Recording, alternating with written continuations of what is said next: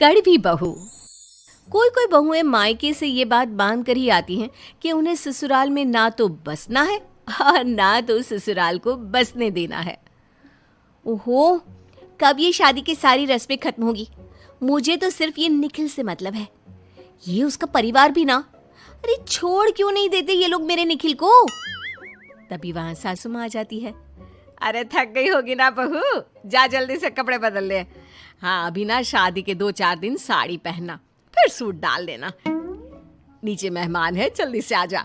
मुंह दिखाए की रस्म शुरू ही होने वाली है।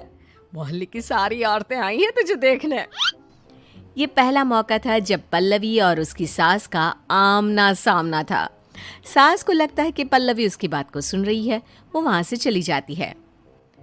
लेकिन अरे पता नहीं क्यों बहू कुछ बोली नहीं, ना नमस्ते ना राम राम। अरे थकी होगी बेचारी, वैसे भी बहुत काम होता है ना शादी में दुल्हन का, भारी कपड़ा गहना, थोड़ा आराम करने देते। अरे हाँ, बस 2-4 दिन की रस्में और हैं, फिर तो सोना ही है ना। लेकिन तभी सास की नजर बहू पर पड़ती है, जो जींस और टॉप पहनकर खड़ी होती है। अरे पल्लवी, ये क्या पहना है? मोहल्ले की सारी औरतें आई हैं, साड़ी पहनकर आओ ना। मैंने तो बोला था कमरे में बहू को कि कुछ दिन के लिए तो साड़ी पहन लो, फिर जो मर्जी पहनना। देखिए, मैंने जो पहन लिया वही फाइनल है। जिसे करना है रस्म करे, नहीं तो मैं चली सोने। निखिल को पल्लवी पर गुस्सा आ जाता है। वो उसे कुछ बोलने ही वाला होता है कि अरे रुको रुको, ठीक है कोई बात नहीं बहू, ये लो चुनरी, सर पर रखकर बैठ जाओ। सास के कहने पर नहीं, बल्कि निखिल के गुस्से को देखकर पल्लवी सर पर चुन्नी लेकर पूरी रस्म करवाती है। बहू रस्म के बाद कमरे में जाती है। ये क्या मजाक था? मतलब मोहल्ले की औरतें पागल हैं या तो मेरा परिवार?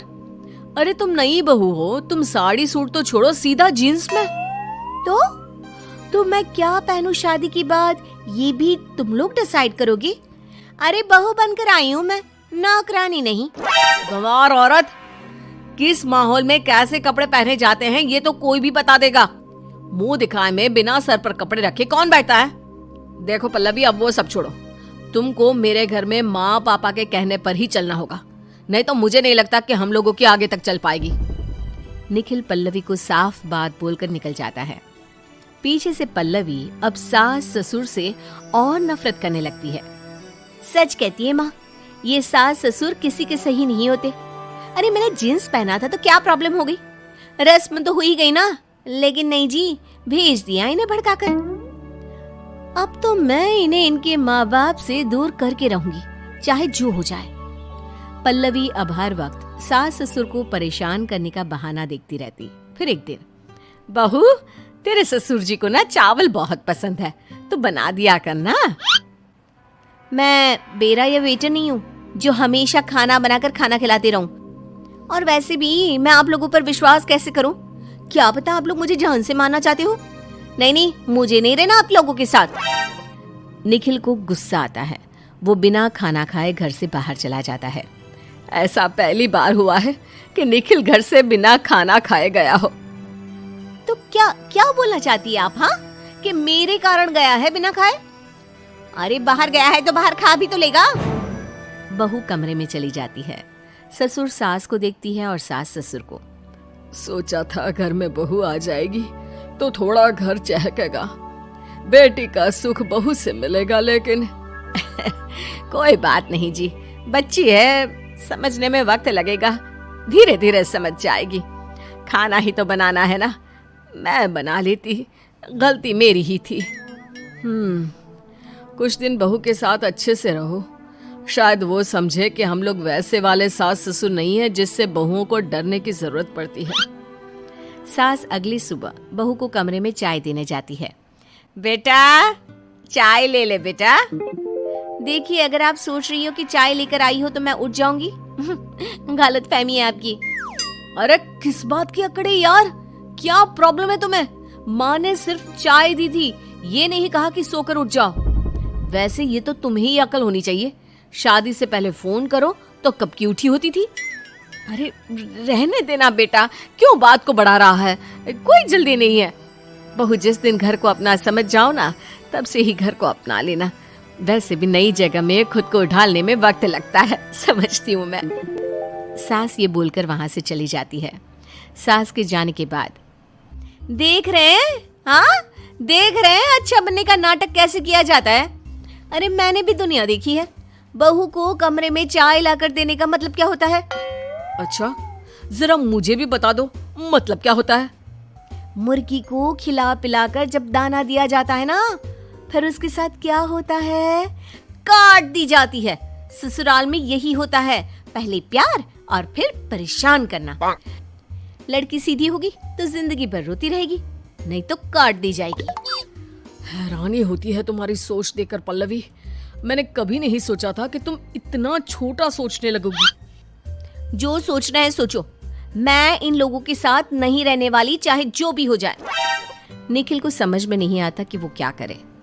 जिस बीवी को शादी होकर आए 2 दिन भी नहीं हुआ, उसे कैसे समझाए।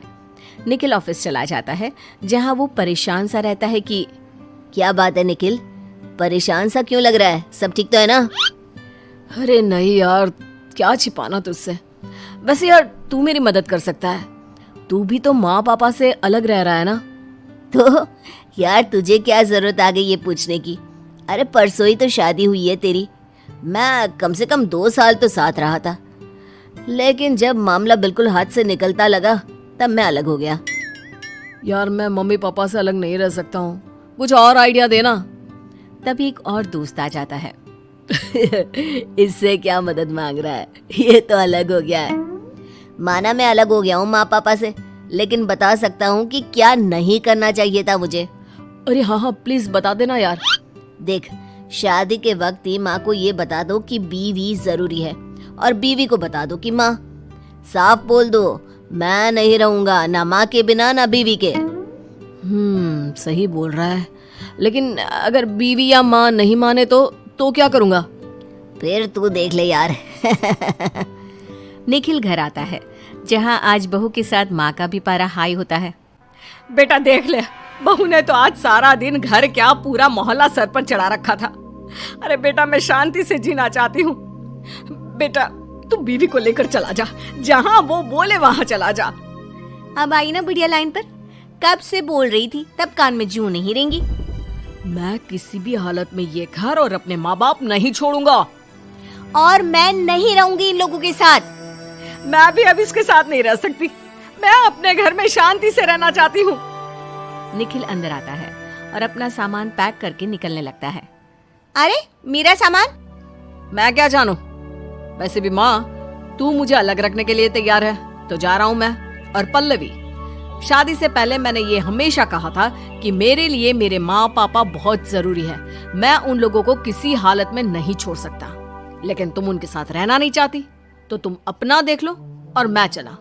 और हाँ पल्लवी, तुम्हारे भाई को फोन कर दिया है, वो आता ही होगा तुम्हें लेना।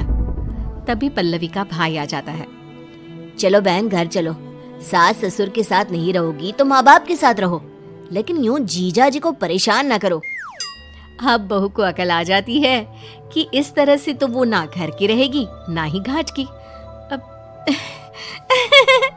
मैं तो मजाक कर रही थी, माफ करिए सासू माँ, पिताजी। ए जी वापस आ जाइए, अब मैं ठीक से रहूंगी, वादा करती हूँ।